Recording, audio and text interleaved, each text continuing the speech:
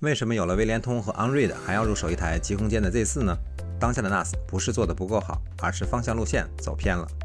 贴出购买记录，说说一个普通用户的真实感受。先看正面，全是胶字，这还是经过我打理的。再看背面，简单通过交联方式固定锁扣，方式我没有什么异议，但你点胶总得用点心吧。下面来黑一下边缘切割，凡是正面可见边缘，全部是和狗啃的一样。打个膜抛个光就这么难吗？我买的是极空间，不是垃圾空间，所以整机做工品控不是一般的差。可即便如此，我并没有打算退掉。是人性的善良，还是智商堪忧？一起走进这一期的宅品发布会吧。除了外观吐槽，你可能还听说了一大堆的系统缺点，比如无法创建虚拟机，没有 Docker。但我们的目的是 Docker 吗？它只是一个途径，我们最重要的是需求。不信，那就跟着宅品一起细品吧。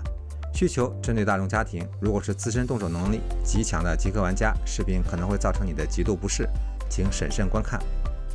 以往通过 QBT 都需要通过 PC 和手机浏览器访问 Web 的控制台，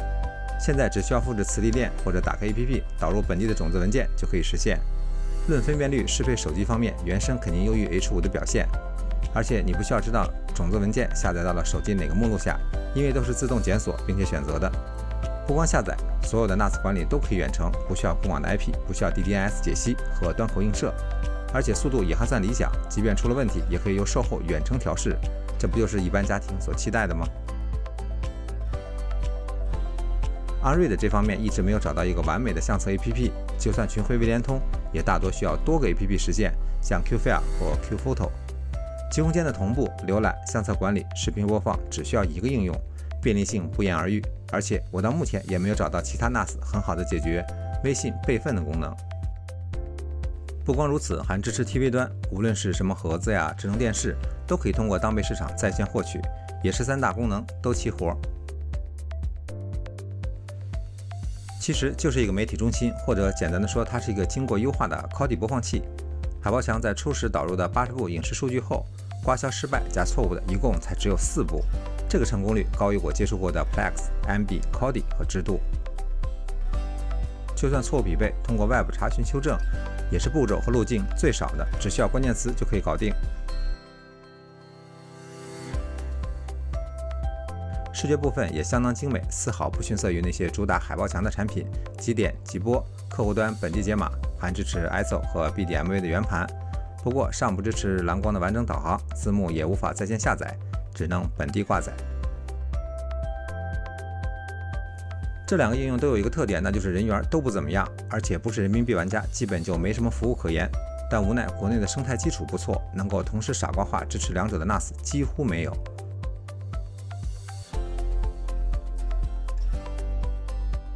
当然，该付费的还得付费，不会像玩客云那样自带高速通道。好在宽带闲着也是浪费，有同步和下载的功能，还是可以满足很多用户的实际需求的。以往分享视频，要么通过 MB 多用户，要么就得需要文件服务的支撑。每个个体的群晖和微联通并不能组团形成圈子式的文件共享，但极空间通过闪电传实现了简单的社交分享方式，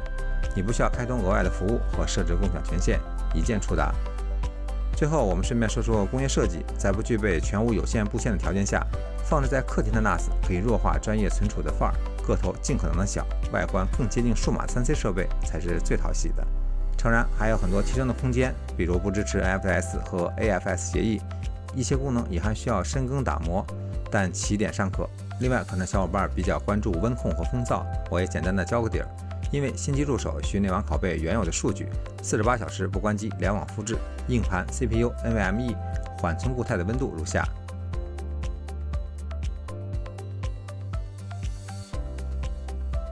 夜间正常运行，风噪的情况对比。一直以来NAS 都算是小众产品，技术上的门槛姑且不说，最重要的是在国内缺乏真正解决痛点的诉求，要么沦为下载机，要么就是影视库。所以无论贵还是便宜，你的家人未必支持你的购买，因为它只会被贴上你的私人玩具的标签。而极空间做的恰恰是向本地化靠拢，或者压根他只想做个家庭网盘，让你不被 NAS 拿得死死的。手机号登录随时随地都可以远程使用，类似国内社交应用的操作使用习惯。省下手机闪存的差价和视频充值的会费。2499买来4盘位 2.5G 双烂口，自带 4K 硬解和 NVMe 缓存的4125硬件，拓宽了使用的宽度和频次，这才能说钱花得值。也只有根据需求定价的产品才会有生命力，而一旦它朝着网友口中的专业 NAS 去完善的话，那它终究会败给蜗牛星际的黑群晖。好，那这期视频就到这里结束了，欢迎大家留言评论，关注科技宅品，我们下期见。